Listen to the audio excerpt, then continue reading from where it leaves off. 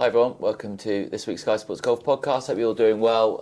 Open week, best week of the year, 152nd Open Championship here at Royal Troon. We were going to do this podcast outside, but the Mother Nature decided we were going to do it inside the commentary box instead. So I've got David Howell and Andrew Coltart here with me. Very good afternoon. This is a delayed podcast. We were meant to do this about an hour ago. But we got there, and it was a no-no, wasn't it? It was a little bit windy on the platform, and needless to say, wet. Yeah, it was. Yeah, normal sort of Scottish summer weather, really. Well, we found out that you grew up not far from here. Yeah, just about 40 miles down the road. Yeah, lovely. On the way to Dumfries, a little village called Thornhill. But yeah, I spent a lot of time golfing in these parts. And it's a beautiful part of the world, beautiful part of the golfing world. David Howell, around here, isn't it? Very nice. Yeah, if you like your links golf, absolutely fantastic. Yeah, how far away from Turnberry are we? Not far, are we? No. Not far. No, yeah, it's the other side of here. Yeah. Very good. So it's amazing part. If we keep looking at the screens here, everyone, there's a Live at the Range going on at the moment. Paul Drake Harrington is doing about a 20-minute feature with Nick in the zone. So we can't hear anything, but Paul Drake's chatted a lot, I've got to say. First up, should we let Andrew gloat a little bit? It's not coming home, the football, David. It's not, is it? No. Yeah, he did mention that he saw a Spanish flag on one of the cubicles just out here. You know, we wondered whether that was a Spanish TV station or something. I think it was actually the Scottish rules officials had flown the orange and red. Yeah, it's not coming home. Oh dear. No, but that was a good effort though, wasn't it? A great effort, yeah, if you want to say. How did Scotland do? They won last week. They won last week in Scotland. It was the Scottish Open came home. Absolutely. That was won by Robert McIntyre brilliantly. Well, should we talk about it now? Let's not talk about the football. I'm mildly depressed about that. I mean, us three, amazingly, 12 months ago, we did the podcast after Rory broke the heart of Bob with that 2-iron. Just incredible scenes, I've got to say, that was. I was in the studio at Sky. It was on mute. We couldn't hear it in one of the monitors. But we saw Bob shot at 16, and then that putt at 18. It never, ever looked like it was going to get there. And then one of my favourite celebrations I've seen for quite some time. Yeah, it was incredible. You know, nothing much was happening in the day. He was running out of holes, needed a bit of a spark, and then on 14, holed about a 40-footer up the slope. That just seemed to, reinvigorate him, and then got that fortunate break down 16, which was perfectly legitimate, perfectly legal. Yeah, we'll come on to that in a minute. He almost felt slightly guilty about being in a position where he had to ask for that, but he got the drop, and then an amazing shot there. And then, ironically, I was just going to try and look it up on the phone because the stats came in. He hadn't holed, I think, a putt outside 20 feet all week. Really? And that one was 21 feet or something like that. And of course, it just trundled all the way down there. And like we said, the prophecy was eventually fulfilled. Yeah. What's the chances of birding the 18th hole 2 years in a row? Yeah. I mean, it didn't come to fruition, but to bird it again to get the victory, amazing. Yeah. Brilliant. Always one of the hardest holes all week. Played different this year, obviously. I mean, the great thing about links golf was last year it was a 3-wood, admittedly out the rough, that he hit. This time it was a sand-on. Was it? Yeah. Was that all he had? Yeah, just what a wedge of some kind. Wow. Yeah. Wow. Okay. I mean, we should first up say, we haven't seen Bob yet here, and I'm not surprised because he did say he was going to celebrate pretty. I don't know if you saw how much whiskey was in the trophy with his dad. There was a lot. Is he alive? Well, I don't know. He just said, he said, I'll turn up to the Open when I turn up to the Open. He said, I think the celebration. But that's Bob, isn't it? Bob is that kind. He's a family guy, family and friends first. And if he wants to party hard, he's going to party hard. Yeah, indeed. And we'll see, won't it? Will it affect him this week? Maybe it will, maybe it won't. But he's got the confidence of winning. Never mind that, winning in Canada as well. He's had an amazing 6 or so weeks, hasn't he? Absolutely brilliant. And funnily enough, it was only a few months ago we were talking about he was finding the PGA Tour quite difficult, homesick, not really working out. Is this all it's meant to be? Well, different story now, isn't it? Yeah. Amazing. I mean, you've got to say, winning your first PGA Tour event with your dad on the bag and then winning your home Open. I mean, that's a stuff of dreams, isn't it? That's stuff of dreams. It is, yeah. You do. Look, he's got that scrapper fighter spirit inside him, that he doesn't back away from it. Sometimes you can criticise that, but he's the type of player that he's just not going to back off. Not scared of anybody, not going to back out. Absolutely love that. And, that's why when he's in that position, I mean, a lot of other Scottish people would have wilted in that situation. The pressure, just what it meant and all that kind of thing. He just couldn't wait to sort of embrace it and did. But, also, again, like you're saying, uncomfortable in America, gave himself an opportunity in the Canadian Open, and he wasn't going to let that one go. He plays. I saw a thing online this morning on X about the shinty. And he plays like a shinty player, doesn't he? It's a big part of his life. He's a scrapper. Tough game, isn't it? Tough. It's not perfect. It's not like a game of science. He doesn't play golf down the middle. He just gets it round. Plays golf athletically. Gets out there. It's a fight, isn't it? And it's great. It's good to watch. Yeah. Let's talk about 16. That shot. Describe to people. I saw the full video for the first time today of what happened at 16. It's pretty incredible. So eagled it in the end, but talk about that second. So he pulled his tee shot over there to the right-hand side, and it just found the most unbelievably thick area of lush, wet, long fescue grass. And it looked like that was it. Chance of reaching in 2 is out the equation. He'd have to take it in 3, and is that the tournament gone? But he stepped in there to hit his shot, and he can't see what he's stepping on, and he's only got, he's got 2 spikes in each shoe.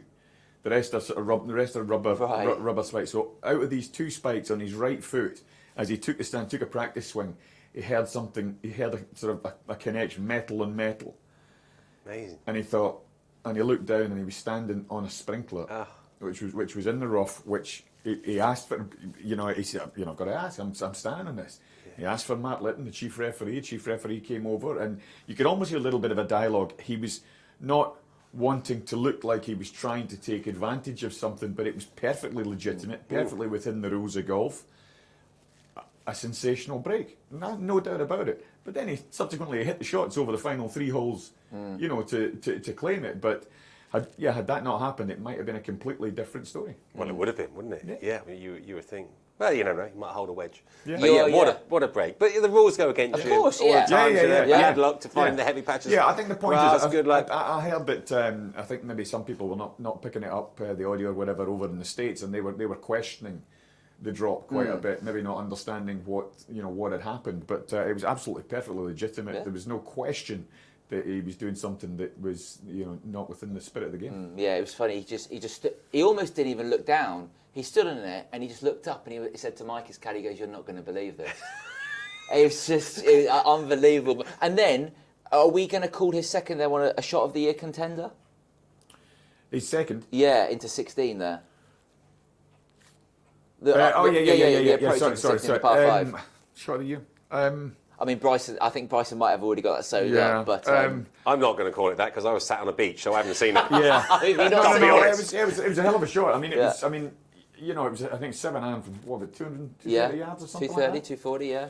And bounced all the way up to about 8 feet, if that. And he slotted it in. It was a hell of a shot. No doubt about that. With the pressure and everything on, I think. So he finished 3-3-3. He finished 4 under for his last 5. Bob. He finished 2, 4, 3, 3, 3. Wow. Yeah. Brilliant. Amazing To win your home open. Yeah. To win your home open, yeah. The amazing. The Hymo celebration is just brilliant. Yeah. He turns to his family and friends. It's like really giving it, and he was obviously really emotional. Sahith Theegala up in the stand. Did you see that? He was celebrating. Really good. On X. It's when you go on X and you see some pictures and then it refreshes you. I thought, and I couldn't find it. I thought that's what I'd seen. Yeah. Oh, tremendous. Brilliant. He was the only one that stayed around everyone. Was on the top tier of the clubhouse, and he stood up and gave it that, didn't he? It was great. That was a great sporting moment. It was. No doubt about that. Next, Bob is now 16 in the world. Is Bob now a very real contender for majors? He's just beaten the same players, albeit the live players weren't there, but many of the world's great players last week on a links golf course. He knows if he plays his best golf, he can compete with anyone over 4 days. You know, he won in Canada on a completely different type of golf course, gets over the line there, amazing. He did that last week. He birdied that amazing finish. So why wouldn't you? Why wouldn't you think that? Of course he is. Yeah, he's absolutely trending that way. You know, what's he got above him? Signature events. You know, Scottish is his biggest event. You know, for an Englishman, maybe it was the BMW PGA. Yeah. You know, if you're on the DP World Tour before you get to a major championship. He's won the Scottish. He's now won on the PGA Tour. Next thing, major championship. The Open in Scotland. Yeah, absolutely. I think maybe a little bit dehydrated come Thursday morning, though. I'm not sure whether he'll be in. Yeah, it is the next thing on his agenda, but just not this week. No, I think you know, coming off the back of being undefeated at the Ryder Cup, and the matches that he played in a winning team must give you a tremendous boost. Then, as we said, you know, going to the other tour and winning over there, you know, like David says, what else is stopping you? If he puts himself in contention, he has a chance. And I think the thing, it's the same people, you know.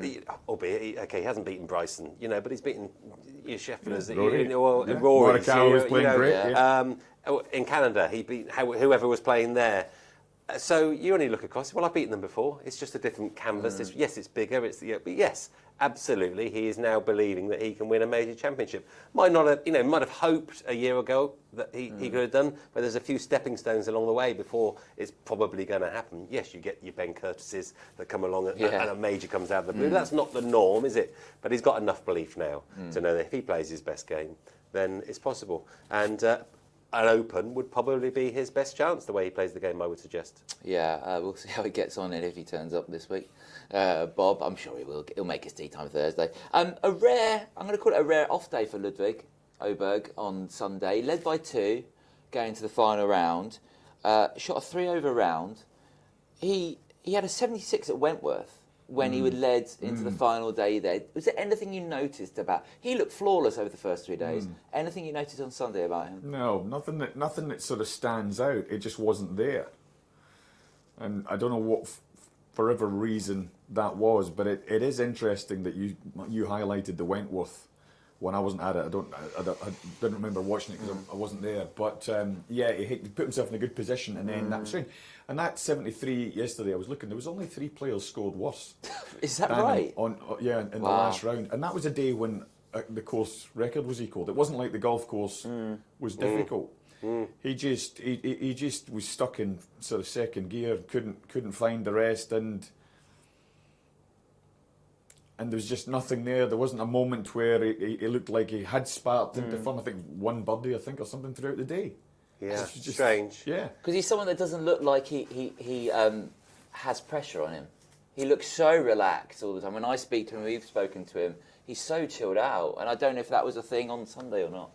Well, listen, winning golf tournaments is difficult. He's won twice. You know, that's quick, isn't it? You know, he's playing his Open debut again this week. You know, it was his debut at the Masters. He's nearly winning. He's giving himself chances to win at all these new venues that he's coming to. But yeah, is he showing that absolute killer instinct to win every time he gets a chance? Well, no, not yet. But he's learning as he goes, isn't he? There's no doubt about that. And I'd be very surprised if he wasn't in the hunt again this week. But it was a surprising final round, no doubt about that. Just a very quick mention. Good to see some fight in the old boy Adam Scott. Oh, that was amazing. The bunker shot on 9, that was filthy.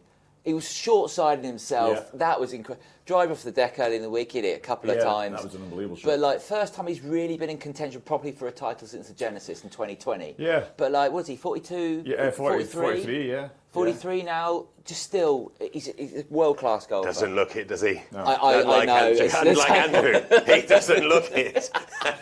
Pot and kettle comes to mind. Yeah, very true. That's also true. He's so big, isn't he? Dear, he's a handsome man. Yeah. Yeah, it was funny really because he started off, he hit a wicked shot into one, and I thought, geez, I've never seen him do a shot like that. That looks so out of character. Then he battled his way really well from there. Then he made this really strange double at 8 where he chipped the second shot over the green and then chipped back across the green and over the other side. Chipped up and ended up making 6. And you don't really recover when you make a double bogey in a tournament, let alone in the last round. And yet from there he just caught fire, and he was out of this world, and it just took another outstanding finish over the last few holes to be pipped. Maybe he'll do a McIntyre and win next year at the Genesis. Well, that's after Bob, maybe easy man's are back next year. Got a good open record, Adam Scott, as well. Obviously came close, one time. Right, Blimey, that's we talk about scar tissue a lot. Anything else, that's right. Yeah, with a with 4-shot lead or something, with 4 or 5 holes to play. Exactly. The one that got away. Playing in his 93rd consecutive major championship. Is that what it is now? 93 consecutive. 93 consecutive major championships for Adam Scott. God, he's some player. He is some player. Scottie Scheffler just turned up on the range as we were watching live at the range. I just want to veer away from the Scottish and the Open, even though it kind of links to this week. If I'd given you 50 guesses as to who the next US Ryder Cup captain would be, would you have gone for Keegan Bradley? No, I don't think. I mean, what a curveball. Amazing. I thought that was a joke when I saw that on Twitter. Yeah, I mean, incredible. But do you know what? It's something very different. I mean, it's a weird choice, isn't it? But he loves the Ryder Cup. You know, he should have been in the last team, shouldn't he? That was the pick that should have happened. To go to then, he's too good to be captain, isn't he? That's the weird thing for me. He's playing great. He should be playing in the team. You want him playing in the team. Can't be playing captain. Yeah. So if he plays his way in, then what? Well, he's not going to play again. And it's a strange one from that perspective. Too good, too young. Yeah. And why do you pick a guy whose name would have been on the captain's lips last year to captain a team that didn't want him to play in the team 2 years before? Very true. Yeah. You know, because it's not like some of the star players of the American side in Rome would have been asked, do you want Keegan or do you want, I can't remember who it was, Keegan or Justin Thomas or something like that, and they didn't want him, and now they've given him the captaincy. Yes. He's going to captain a team that didn't want him in the team the last time. That's a bit bizarre. Really, bit strange when you think about it. On every level, you think it's a bit strange. I mean, lovely for Keegan, isn't it? You would think, but I mean, he should have been the first name. Whoever the captain should have been or could have been, is Keegan, by the way, you're in. As long as you play half decent, we'll have you in next time. Don't worry. You relax. It's almost the wrong way round, isn't it? The two things, there's a load of things I think weird with this. He's never been an assistant captain, okay? He didn't have a conversation with anyone until he was told he was captain. That blows my mind. Yeah. I don't get it. I mean, surely, I wonder, it was Zach Johnson that rang him. Yeah, that's even weird. Surely you're first thinking, this is an impersonator. Who do I know that can speak like Zach Johnson? Because this is a massive wind-up, you idiot. Get off the phone. One of those. Did he put the phone down? I don't know. Amazing. It's just very strange, that, isn't it? I don't see that coming. He's passionate. I get that. He's up in that part of the world. They love that. There's also, I think, an element that people were about to put Tiger in that position, and Tiger didn't want it. So then there was kind of like a panic. Oh my God, what do we do here? And they've. But do you know the nice thing from a European perspective, and we've got our house in order. You know, we won the last one. We've got Luke's been there. It's all calm and nice. Doesn't mean we're going to win, does it? Of course. But the blueprint's been there for a number of years. It's kind of it's going along nicely. And Team America are lurching from left to right. And listen, mate, I'm sure it's going to be an amazing Ryder Cup. He may well be a sensational captain. No doubt about it, though. Might make us see our words next year. Yeah, and why not? Listen. Push comes to shove, it's 8 names on a sheet. You can overthink it. Do you get on with him? Do you not? You know, the old-fashioned way. Do you like playing with Andrew? Yeah, I'd love to play with Andrew. Sounds great to me. Yeah. Off you go, and off you go. When I played this, amazing. I've only played a Callaway golf ball once in my entire life. I was thrown 3 Callaways by Henrik Stenson half an hour before I teed off at the K Club, playing foursomes with Henrik. This is the only time I've ever hit one. That was, we got a half, and we record victory for the week with Woozy. Yeah. We weren't overthinking golf balls or anything. Yeah. It was, Howler's not playing very well. Let's let Henrik hit it for him, and Howler can putt. That was the vibe, and we did just fine. How things have changed, of course, it's great that they've evolved. Of course, and we've got the master plan. But fundamentally, it's just 8 names on a sheet, which Keegan's more than capable of writing down. Yeah. With going to overthinking things, the fact is at Bethpage, with the crowds they're going to have, does it almost matter who the US captain is in a way? Because they're going to it's going to be so partisan there. Yeah. No, not really. I mean, but I would say that it doesn't really matter. No, but he's been in more Ryder Cup sides. But, if once you put that sweater on, you're just going to give it your absolute best in any case. I like the idea of things have got to be still that organic way of doing things, that type of bonds and relationships that are in here, rather than just purely looking at the numbers. Yes. Because, the numbers, it's like the numbers that we get on the tip. They're great, but all of a sudden when somebody's going to have to go for it, like McIntyre trying to birdie last, what was the percentage of him birdieing the last week? Yes. Well, he's got no chance of birdieing it. Yeah. It's... There's so much in play. I mean, I didn't bring I played 2 Ryder Cups, nice enough record, but I didn't bring my best golf to it at all. I was all over the shop. But what I brought to my little individual matches, I sort of captained our 2-ball, my teams, Henrik, Paul Casey. That's what I brought, sort of my personality to our pairings. Yeah. We'll be all right, don't worry, we're going to have fun. All the stuff that you can't stat that. Yeah. And that's important stuff. Yeah. There's no doubt about it. If you just look at the numbers, well, who's going to captain this pairing? That can happen organically if you get it right. And there's a lot to go into it. But Luke, a McGinley of old, McGinley was the master. Well, that happened organically. Maybe when Woodsy put me with Stenson. But Paul and now Luke, they're thinking about these things as well. Exactly. Because they're not just winging it. The numbers didn't stack up at Whistling Straits. No. That to me seemed a little bit inflexible and needed that sort of organic nature to come in and say, listen, this isn't working, we just need to flare something up a bit. But anyway, that's all history. Yeah. I don't think playing in America is going to be brutal. It will be tough over there. Arguably, I mean, the 12 players that we have, if I was involved in the sort of set, you have to throw them into sort of some hostile arenas to try and get them used to. This is what it's going to be like. You got to deal with it. This is going to be unbelievable. Well, it's going to be. But funny when you said that, I think it was going to be awesome playing against you. You use that strength, that negative. Yeah. Well, we're always well supported, aren't we? Yeah. But no matter what, it's amazing playing in that atmosphere. I remember. Well, you've had that, Brooke. Yes, you had a really you had one of the No. ones. I loved it. I enjoyed it. But it is, it's like something you will never encounter anywhere else in your golfing life unless it's in a Ryder Cup. And I've been at many Ryder Cups where I'm inside the ropes or outside the ropes. And the stuff that gets shouted, it's hostile. It's hard. You've got to deal with it. But that being said, Rome, I mean, that was such an intimidating golf course, Marco Simone. The golf course and the stands, the way it was built up. It's like playing in a city. I remember walking round, obviously doing this job, thinking, oh my goodness, this is way bigger than when I played in it, but it was intimidating, even if you've got 35,000 cheering for you. Yeah. That's intimidating. You don't want to let them down. Yeah. So no matter what, it's just a big stage for everyone. Yeah. And it's going to be awesome, isn't it? Be great. Yeah, it's going to be great. Absolutely brilliant. It'll be great. Keegan on the first tee, writing down the teams as he's teeing off. Not sure what's going Dear, oh dear. When am I off? Oh dear.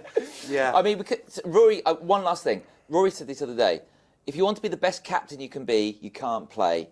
And if you want to be the best player you can be, you can't captain. It's one or the other. Do you agree with him? Absolutely. It's far too much to deal with. Well, and you only from a personal perspective, if you're Keegan, you want to enjoy captaining it, don't you? And be the captain. You don't want to be burdened by having to play. You can't possibly be expected to do that. So it's really weird. You can almost say it's almost unfair on him again. They've gone, they didn't pick him last time, and now they're putting him in an impossible position. Yeah. If he plays well over the next year and qualifies, let's see if he wins a major. Actually, we don't. You'd have to give it up now. Tiger. I mean, that's another point. They potentially created another hugely distracting situation that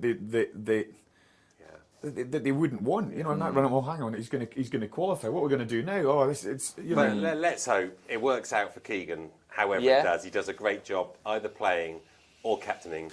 And he loses by half. Exactly. I was wondering where you were going there with that. I don't know. That's what we want. That's exactly what we want. Yeah. Let's come on to this week. First time back here since 2016, where we had Duel of the Suns between Henrik and Henrik won with 20 under par.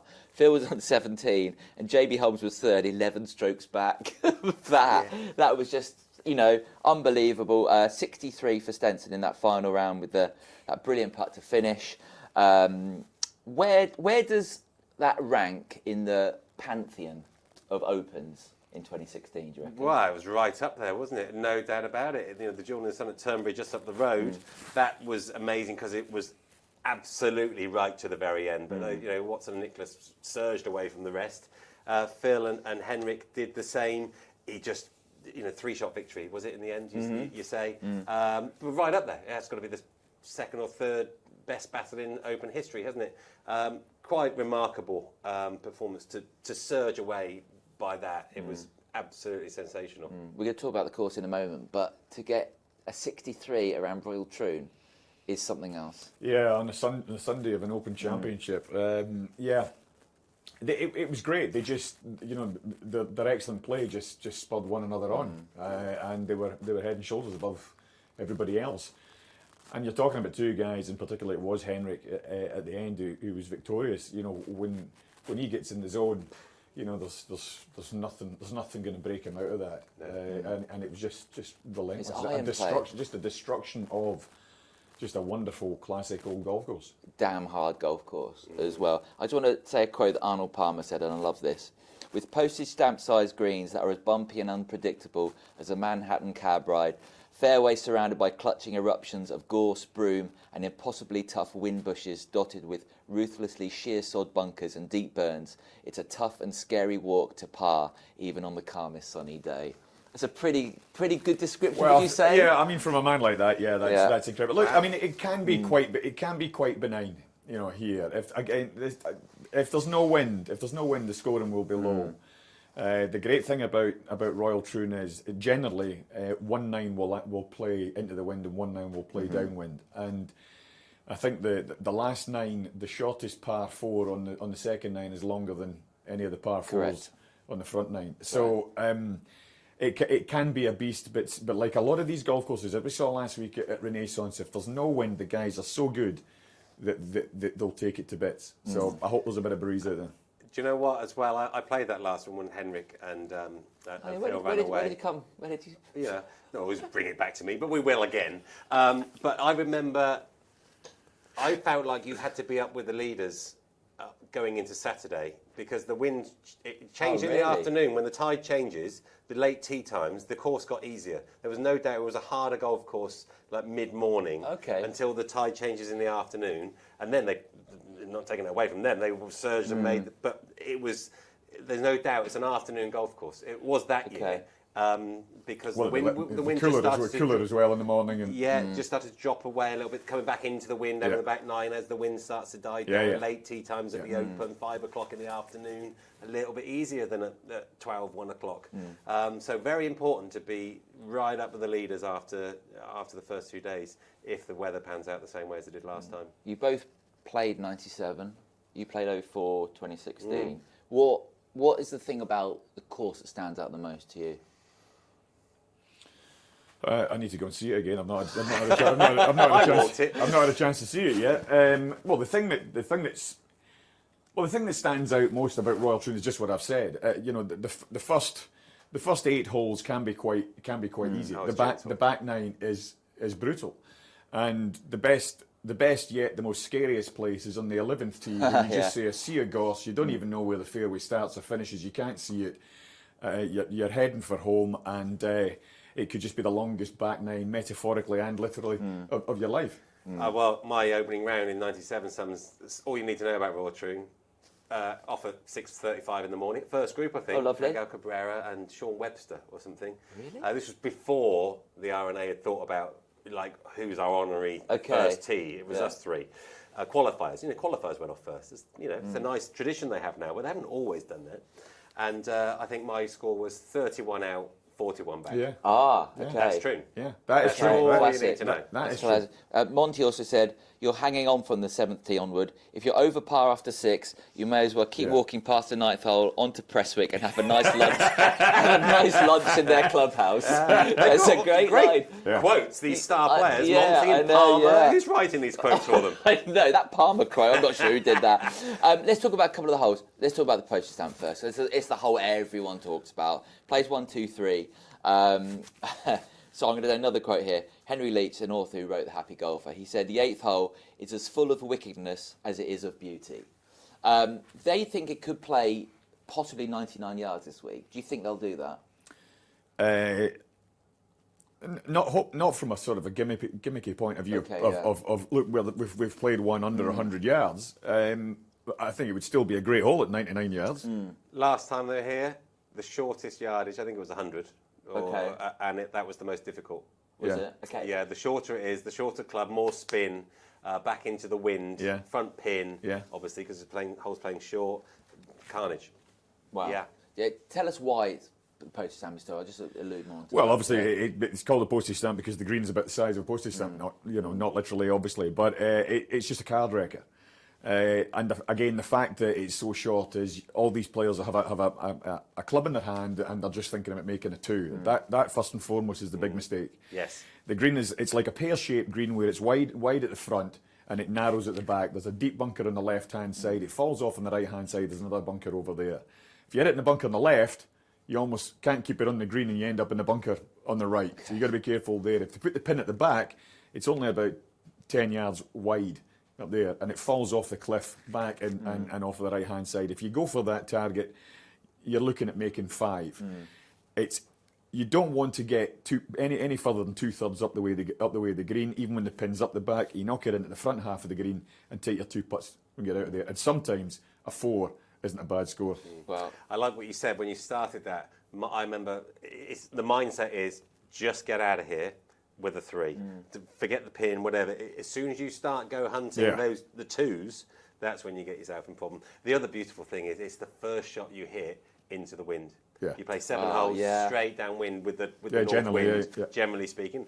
It's always going to be the first shot hit with the opposite wind, to put it that way. But normally you're going back into it, 110 yards. It's maybe a chippy 998. I mean, if it's howling, it can be anything.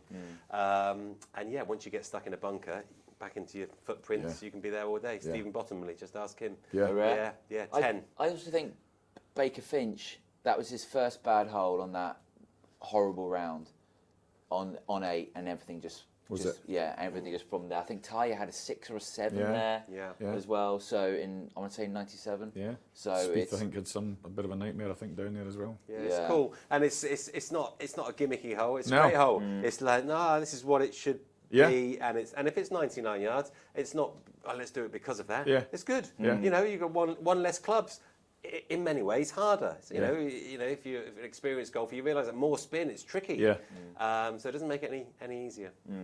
11th that Andrew spoke about a little bit, called the Railway, because there is a railway up the right-hand side of it. It is notoriously a brutal hole, and like a lot of times it's played, it's been the most difficult hole on the PGA Tour for that season. Yes. I think in 2016 it played nearly a full stroke over par. That is just. Just going to have a look at it. Just going to have a look at it now. How long is it? Yeah, well, it's 500 yards. So so again, it's almost because if you avoid the gorse and the railway with your tee shot, you've still got the railway coming into play with your second shot. Yeah. It's almost a 3-shotter. It's almost like nudle something up just short of the green, but don't be taking a deep pin on in case you block it because it'll go over the road. But what's great, it's such an intimidating tee shot. We have the photos in the yardage books now at the bottom. I'm just looking at it there. You just see gorse. Yeah. You know there's a railway line. There's gorse left as well. There is some fairway out there somewhere, but you can't see it. Horrible hole. I mean, and just hole back into the wind. You know, you turn the corner. Take a 5. If he played that in 2 over for the week, no one would tee it up. So here we go, Bryson or Scottie Scheffler. I'm going to give you 18. You know, 5-5-4-4. They wouldn't. Absolutely. tee it all I'm just thinking. I mean, 8 and 11 are potentially championship wrecking holes. Yes. One bad choice, and that's your championship over. Yeah, one bad swing. Arnie said Whatever. it's the most dangerous hole he'd ever seen. Yes. 11 as well. Yeah. So And that's interesting because he's played the 18th at Carnoustie. I mean, it's that kind of it's that kind of difficulty. Yeah, let's move on to a few other players. Look, I want to talk about Rory first, especially after the US Open and the heartache of the US Open. How hard do you think it's been for Rory to deal with that after the US Open?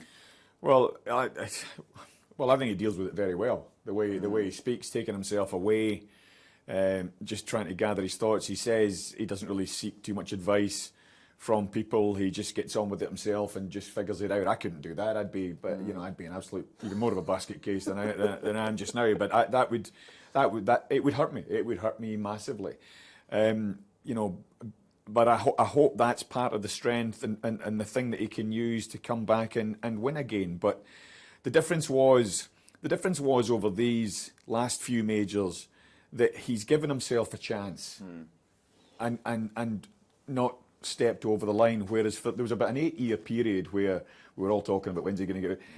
He was out of it after the first 2 rounds and then shot 64 or something in the last round and backed into a top 10 or a top 5 or something. You go, oh, that was another good. And his record is great. But that's going to because that was in his hands over the final 4 holes. Yeah, but I mean, he's going to learn so much.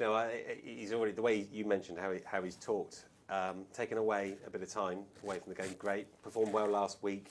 What did he learn? He learned that he freed up and he attacked the final round, and he had it within him to get into that dominant position. And he also learned that he got out of his own zone. He was more worried about what Bryson was doing, or too worried about what Bryson was doing just behind him. And he got out of position a couple of times and he left himself with the most difficult putt on the golf course on the final hole.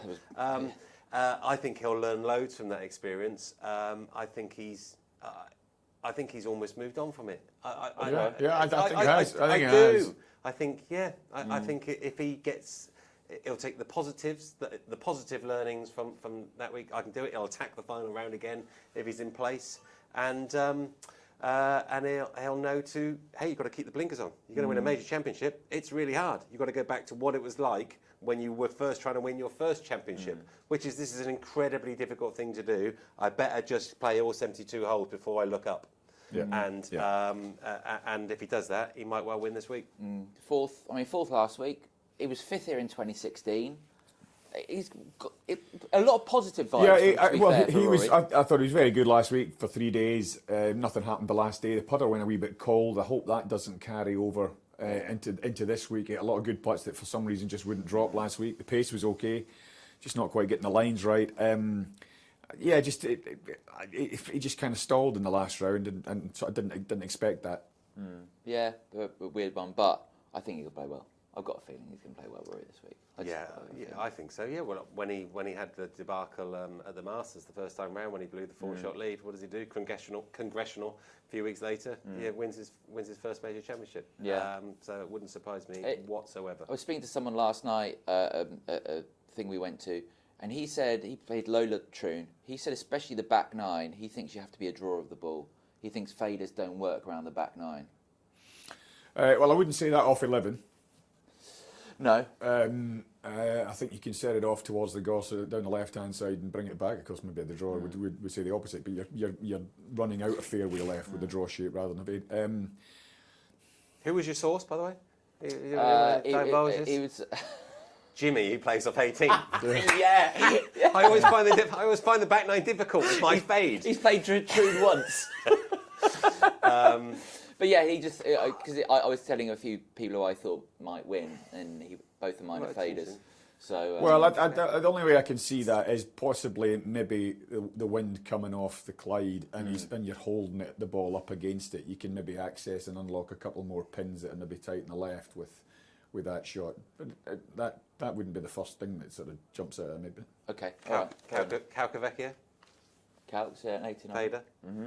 Yeah, just saying. Yeah, absolutely. Yeah. I think they're fine. They're all good. However they do it. Yeah. Like if you're in the hunt with 9 holes to go, you've got a good chance because you're one of the world's great players. Let's talk about the world's greatest player, Scottie Scheffler. He's been quiet, and he hasn't. When was the last time he played? I want to say Travellers. When he won, yes, we won Travellers. When we won Travellers. Did you feel like you needed to prep well before the Open, like play on links, or play at least maybe 2 weeks or a week before the Open? Well, I had enough links experience that I didn't have to play a links okay. beforehand, so that's maybe different. But I certainly would not come into a major championship having not played the week before. I'd like to have a card and pencil in my pocket for at least 1, possibly 2 weeks beforehand. I think I see the benefits of playing the Scottish Open round a links golf course the week before. Yeah. But there's also dangers associated with that, and everybody's fine this week because last week was great in terms of weather-wise, in terms of the wind. But playing the week before could actually stuff your chances of competing in an Open if you get exposed to really strong winds. I don't see too much point in doing that. Yeah. Has he got something to prove under these conditions, Scottie? No. Links conditions? I don't think so. No. I mean, he's still fairly early in his career, isn't it, in terms of his links golf career? He's the best player in the world. He keeps winning time and again. He'll fancy his chances. It's not hard and fast out there, you know. It's sort of damp conditions, certainly from what I've seen today. It's not fiery.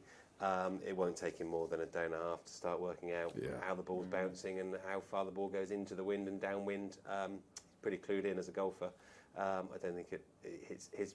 You know, he has a lot going on in his life. He's got a new baby, isn't he? He's going to prep what was best for him. Bit of time with the wife and child at home, probably. And he'll be ready, no doubt about that, because one thing he's got is majors in mind, hasn't he, Scottie Scheffler? Yeah. No doubt about Fingers that. crossed, no jail this week. That'd be nice as well. Just a nice, quiet week for Scottie. Yeah. Well, I don't think we've got any police up in Scotland. Sure. Let's not get onto politics. We did so well there for 40 minutes. He probably hasn't hired his own car. I'd say he might be just using that wonderful courtesy car service that is provided by the RNA. I think he might, Yes. I think he might. There's tons of players we could talk about. I'd like to talk about Tommy because I think, apart from maybe Rory or Bob, if he was to win, I think he'd take the roof off this place. He has been so close so many times. He's had 7 top 5 finishes at majors, 1 in Dubai earlier in the year. He's got Finno back on the bag. I don't know what you think of Tommy's chances this week, but always on links, I think he's got a great chance. Well, probably not with Finno on the bag. It's just gone to just great to have his good mate back. Yeah, indeed. Played so well last year, didn't he? Has Tommy got major championships in him? Absolutely. You know, he hasn't won on the PGA Tour yet, which is just hard to believe because whenever I watch Tommy, he hits the ball so well. I think he's going to have a good week. There's nothing on this golf course when I look at it that is going to scare Tommy Fleetwood away. No doubt about it. Draw of the golf ball, coming down the back nine as our friend Jimmy mentioned, which is a good thing. Absolute flusher. Why not? No doubt about it. Yeah, it's quite I think it's quite a straightforward golf course as well. In its way, it's a great golf course. But I can see Tommy going well. No doubt about it. And he would be a popular winner. No doubt about that. I can't remember, was it Saturday or Sunday? He started like a train last week, and then just you could see in his post-round interview. Saturday. It's 5 birdies in the first 6. That was it. And his post-round interview with Nick, he was just a little bit gutted. You could just see he was a little bit down. What does Tommy need to do? Well, because he walked off, he had a double bogey at the last. That didn't help as well. Then he had to speak to Nick. That's a double whammy. It was. It doesn't have to do anything different at all. I think he's playing good. I think having Finno back is great. Got a great relationship. Tommy's comfortable doing everything really well. The only thing that Tommy needs to do different. It's not something you can consciously do. Is you just need to see 1 or 2 putts starting to drop early on a Sunday. Just to give him the belief to keep on going. I think I see something like the putting, just the ball just not quite getting to the hole, little bit of tension maybe sort of creeping in there. Oh, and also it's preparing yourself for that surge of support. It would be the same for McIntyre as well, which it was last week. If you picture the week with Tommy going well, teeing off Saturday, last couple of groups, thousands of people. Maybe Bob's not going well. Maybe he is taking the support with him. That's 2 days of the hopes of 25,000 people cheering you on. You've got to be prepared for that, haven't you? And take it and go ahead and do it. And do you like Stenson a little bit, blinkers on, shades on, and just go about your business, or do you like Bryson DeChambeau, soak up all that energy from the crowd and go forth and win like he did at the US Open. I think you kind of need a mental game plan, as Rory does, to how am I going to win this major championship, whether it be your first, as it is in Tommy's case, or your fifth, as it is in Rory's. I think that's the prep. Never mind the golf. The golf course is, you know which bunkers you've got to stay out of the bunkers. They're all a shot penalty. It's preparing your mind for the enormity of what you're about to go and do. And only the true greats, that have won Open Championships have managed to do it. Brian Harman did it in his way last year by harnessing the negativity from the crowd. Brilliant. Genius performance. Yeah. And maybe you need to do the opposite if you're Tommy. You need to harness it in a positive way.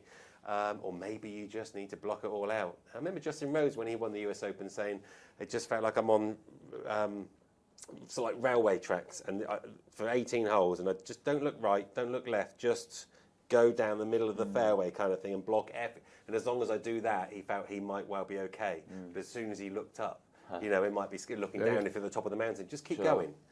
And in Rory, behind us, you could argue, he maybe just looked down when he was getting close to the pinnacle. Don't get there and then take a look around and see where you're at. Yeah. And they're all going to need their own game plan. Weirdly, Bryson's the last player I've got my notes, and he's on the range. Everyone live at the range talking to Nick. Obviously, they've gone through a lot of technical stuff. I can see here already. They're going through his bag.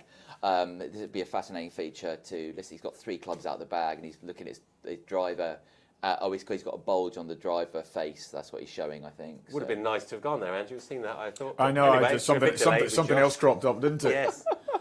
How do you think he's going to get on? He's only ever had one top 10 at the Open, but he seems a changed golfer to me, a better golfer, I think, as well. What do you think, Andrew? He seems thankfully a much more mature individual as well. I think he's embraced his role in the game. I thought he was fascinating to watch at the PGA Championship at Valhalla. Yeah. And there's no doubt that at Pinehurst, he was the star of the show. I thought he was incredible. I see too many guys that don't get animated out on the golf course. They're playing for vast sums of money, playing for prestigious titles, and I like to see somebody start, throwing a few fist bumps and stuff like that. Again, I thought he was great, and I thoroughly watched every single shot that he hit. He's captivating for me, and I've said it for ages. I love Bryson. I think he's great for golf. He absolutely is. And by the way, you get the correct wind direction, he can knock it on. He might be able to knock. Instead of knock it on 3, 1. He could be drive. He could go driver everywhere, and round the front 9. Sure, you'll find some heavy rough. You'll find some bunkers. Could be a really fascinating watch. He's brilliant, isn't he? He's absolute box office. You're quite right. He does everything differently, he's matured into an absolute superstar of the game. And let's hope he goes well. His YouTube's great. He just does loads of different things. Persimmon drivers on the range this morning. I don't know why, but he was just doing it, so it's for the fun of it. I know, he's great. Sorry, the YouTube channel, probably. Actually, it might well have been, to be fair, To be fair. Right, let's have a few picks who we think is going to go well this week. Andrew, I'll let you go first. I think we're going to clash here. Not clash badly, I think we're going to pick the same people. Go on. Morikawa. Yeah, that's my first one down. Go on, why? Why? Because he's playing great again. Playing really good. He's got his mojo back. He came close, obviously, at the Masters. He threw himself out of it at a double bogey on 9, but he's playing really good again. 2 top 5s in the first 2 majors. 14th at the US Open. Good performance last week again. He was in there again. He just sort of fell away at the last day. He's got his fade back. Which clearly isn't very good according to Jimmy on the back 9s. But he's got that confidence again, the confidence that has seen him win 2 major championships already. Yeah, weirdly, obviously won his first one, missed the last 2 cuts at the Open. Very strange after winning the Claret Jug. Yeah, he won the Claret Jug. Yeah, the only man to win 2 majors in his debuts in them. It was incredible. 2021 down there at Royal St George's. Yeah, it just looks good again. Yeah, he's fortunately got rid of this trying to draw it when he's a natural fader, and the confidence is just building up from seeing all the good shots, the starting positions, the finishing positions, and he's in full flow at the minute. I've got nothing to add to that because Andrew's basically said everything I was going to say. So, your pick. Go on. Ludwig Aubert. Oh, lovely. Okay. I'll tell you why, because his swing reminds me a more stylistic version of Henrik Stenson. I think you're going to say you there. In some way. No. Big, tall, powerful Swede, absolute flusher. It's his first Open Championship, isn't it? Yeah. Exactly. So Ben Curtis, he managed to do it down at St George's, funny enough, wasn't it? And I think Ludwig, strange last round last week, as you say, but I could see him just going ahead. And just the similarities with Henrik, I think, well, why not? He doesn't have a weakness, Ludwig, when I watch him play. I don't know what that was. No, Sunday. absolutely. I don't know. It was just one of those days. You do have days like that. Yeah, that's the thing. You do have days like that. Yeah, it could have been day one, and then you think, after a slow start, finish like a train. Yeah. You know, that's just the way it is. But I watch him. He just doesn't do anything wrong. No, really. it doesn't. Maybe around the green now and again, but there's not much wrong with his game. No, at all. Anyone else? You like this look? Well, I'm looking forward to seeing Scheffler because I've not seen him for 3 weeks. Yeah. He's won 6 times this year. I'm looking forward to seeing how he handles Royal Troon. Yeah, and I do like Fleetwood. I think Fleetwood's got a real good chance. It wouldn't surprise me if he comes through and wins this. Again, a lot depends on what side of the draw they're on and what the weather does. But yeah, that's okay. Anyone else? Another one, Rory. Okay, I'm glad someone said Rory. Yeah, well, we've got to talk about Rory. He's in with the chances, isn't he? Of course he is.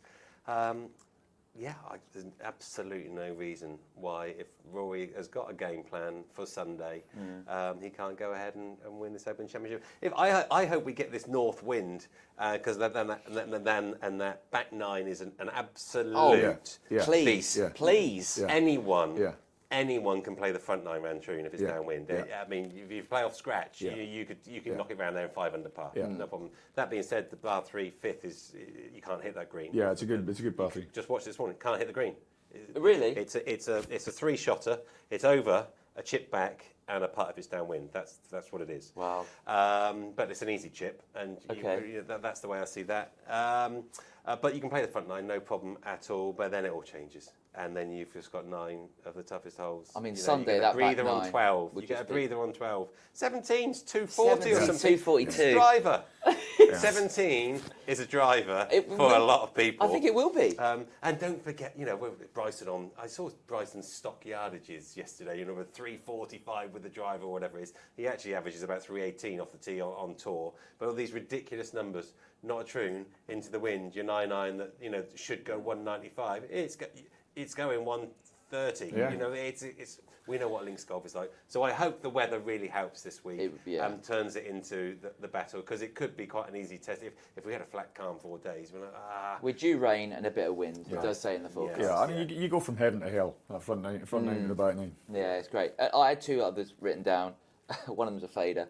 I'm amazed Alex Noren only qualified on Sunday. I thought he was in the Open for some reason, but great performance for Renaissance. His short game's outstanding. You've got to be a good scrambler on any Open Championship, especially around here. He's got a decent record at the Open, Alex, so I'm going to go for him. Aaron Rai is playing some brilliant golf at the moment. Another one who qualified at Renaissance. Yeah. He's gone 2nd, 7th, 4th in his last 3 events. Yeah. Tee to green, he's exceptional, which you've got to be around here. So I think he's a lively outsider, Aaron Rai. Outsider Englishman, Matthew Southgate. I was about to say Matt Southgate. Matt. Had a tough year, Matt, and he's had a great month. Qualifying for the Open, he loves his championship, and he's a great links golfer. Loves so it. If you wanted a little few quid on top Englishman, if Tommy doesn't go, maybe Matt. He's had 10 goes at final qualifying. He's got through 5 times. That takes some doing. That. Yeah. 50% record in final qualifying. 3 players get through in final qualifying at each venue? Nowadays, a little bit easier back so in the day. Fair play to Matt. He's a great links golfer. Right, chaps. Thank you so much. Pleasure. Enjoy Open Week. Yeah, you too. Enjoy Open Week. Thank you. We're going to be doing some stuff together, I think, possibly. Okay. Well, I'll try and enjoy it anyway. Okay, thanks very much. Thanks for watching, listening, everyone. Have a great Open Championship. Enjoy it, and we'll see you next time.